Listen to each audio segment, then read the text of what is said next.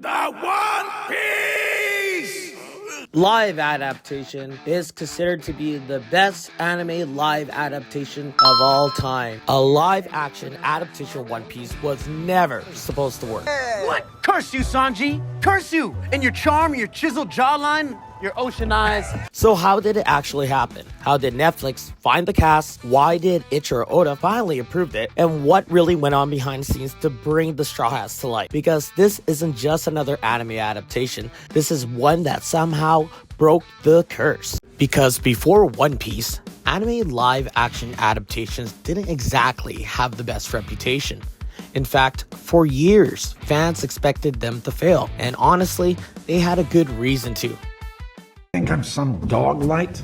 You can just snap your fingers and I'll come running? One example of this is Death Note, a critically acclaimed manga and one of the most iconic psychological stories in anime. But its Netflix adaptation struggled to capture what made the original so impactful. Before that, there was Dragon Ball Evolution, a film that became one of the most criticized anime adaptations of all time.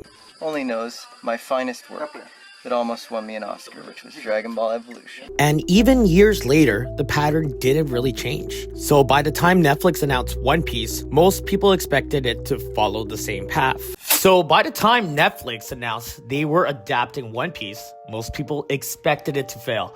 But this time, something was different. Because unlike previous adaptations, this was treated like just another anime project. And one of the biggest reasons for that was the involvement of Ichiro Oda. The creator of One Piece wasn't just aware of the live action, he was directly involved in it. Oda reviewed scripts, gave feedback on casting, and had a say on how the story was brought to life. In fact, the project wouldn't move forward without his approval. And that alone changed everything. For the first time, the actual creator of the anime series was directly involved in the process of creating the live action, something that previous adaptations didn't have. But even with Oda's involvement, there was still one more challenge left, and that was bringing the Straw Hats to life. And this wasn't just about looking for actors who looked the part. Netflix had to find performers from different backgrounds, different countries, and different acting experiences, and somehow make them feel like an actual crew. First off, we have Monkey D. Luffy, which was played by Inaki Godoy, a Mexican actor who already appeared on television dramas before even joining One Piece, already had experience under his belt. He described Luffy as a character who represents freedom, someone who lives without limits and follows his own path. And that energy was something that creators specifically noticed during casting. Next up is Roronoa Zoro, was played by Mak Kenyu, a Japanese-American actor who, with a strong background in action films and martial art roles, he grew up around acting, with his father being a legendary actor, Sonny Chiba. And that experience helped him naturally fit into physically demanding roles like Zoro. Makenyu has said he will focus heavily on discipline and physical training to match Zoro's intensity.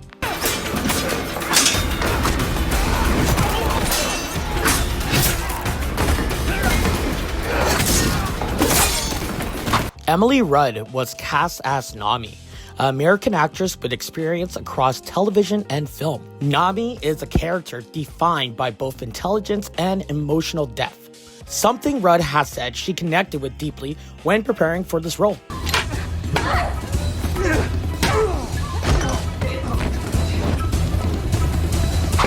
Next, we have Sanji, who was played by Taz Schuyler, who is a British-Spanish actor who has experience in both acting and in screenwriting. He describes Sanji as a character of contrast, confident and charismatic on the surface, but carrying deeper emotion underneath.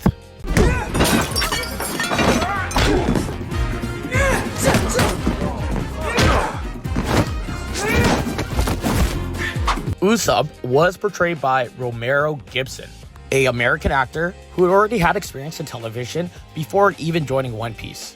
He describes Usopp as someone who uses stories and exaggeration to hide behind his fear, but deep down, he's just someone who wants to be brave. You haven't even tried my hot sauce. Maybe you should try one of my new patented fire rounds. Check! Exploding star! What made this casting process so difficult wasn't just finding individual actors. it was finding a group that could feel believable together.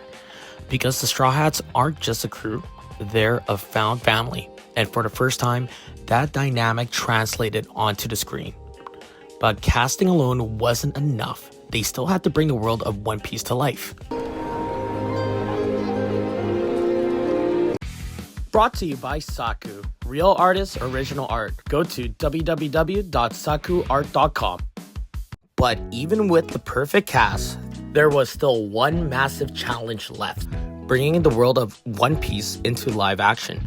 And that wasn't a small task, because One Piece isn't just known for its characters, it is known for its worlds, massive ships, strange islands, and over-the-top locations, and a style that feels almost impossible to recreate in real life. And instead of relying entirely on CG, Netflix actually built huge physical sets for the series, including full-scale pirate ships, detailed towns, and entire environments inspired directly from the manga and anime. One of the biggest examples of this was the Going Merry, the Straw Hats ship, which was built as a real practical set instead of being completely computer generated. And that decision helped the world feel more grounded and believable. The same thing applied to locations like Arlong Park, where large practical environments were built to make the world feel more alive. And that level of detail became one of the biggest surprises for fans. But building the world wasn't enough. The cast also had to physically prepare for their roles. Fight choreography, sword training, and stunt work